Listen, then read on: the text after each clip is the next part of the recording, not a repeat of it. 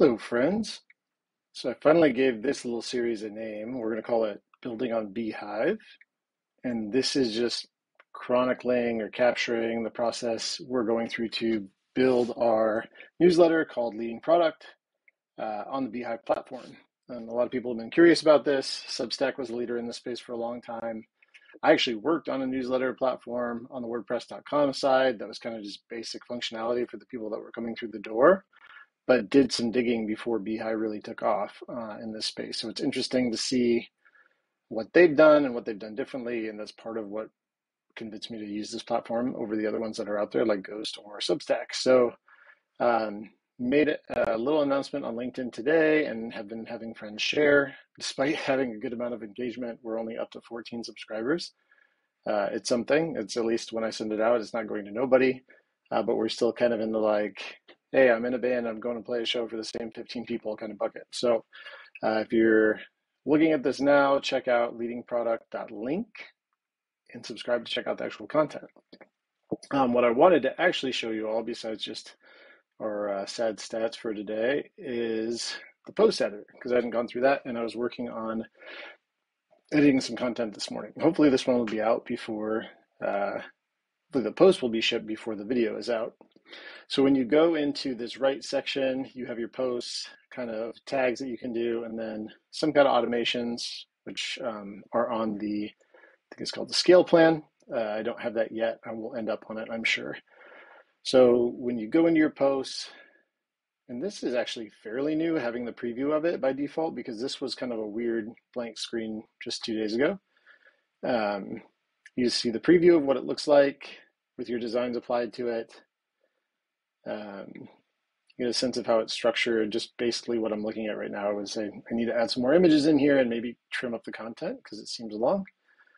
But this is a rough draft that we haven't edited. So you get your overview, you get analytics. I haven't sent it yet. You can do polls, you can do tests, which is cool. And I haven't really played around with this yet. I don't even know where I'd configure that. I guess if I go into edit the post, I'll move my face out of the way. So you have your post content. That's this post tab right here. You can go to the email version of it, and I can create A/B tests for subject lines. It's cool. Or where to put the social icons, which is also cool. So I'll do that later. I didn't know that was there. I can go to the website version of it. I can control the slug, which I don't like this slug at all, so I'll configure that later to match the title of the post. Maybe I'll do like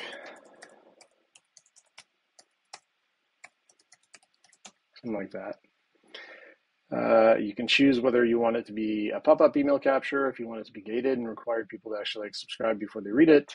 This is new, so I'm not going to gate it yet. And then you can select your thumbnail. I'm trying to remember if I downloaded that today. I might have done it on my other computer actually. So this is the media library. Let me see if I have anything in downloads. No, I don't. So I'll have to, I made it. I have the image for this one somewhere, and I'll find it later and upload it. And that controls your thumbnail is basically what you see when you share it on social. And then what you will see if you go to leading product and you see these here. So these are the thumbnail previews for it. So we have Launchy as kind of our mascot, and we use him in all of our images. So I'll go through and do that. And then this displaying the image at the top of the web version would put it when you open an article at the top of the page. Just kind of like a header, which is cool. This team ships a lot of product really fast, like a lot of features. So I try to keep up via the email updates. They do a good job on the blog too, but honestly, every other time I'm in here, there's something new, and I'm getting accustomed to it. So you can choose which ones are featured and how you want to sort them on here, which is kind of cool too. Maybe there's something that's more relevant to this post and you want to shuffle those around. So that's nice.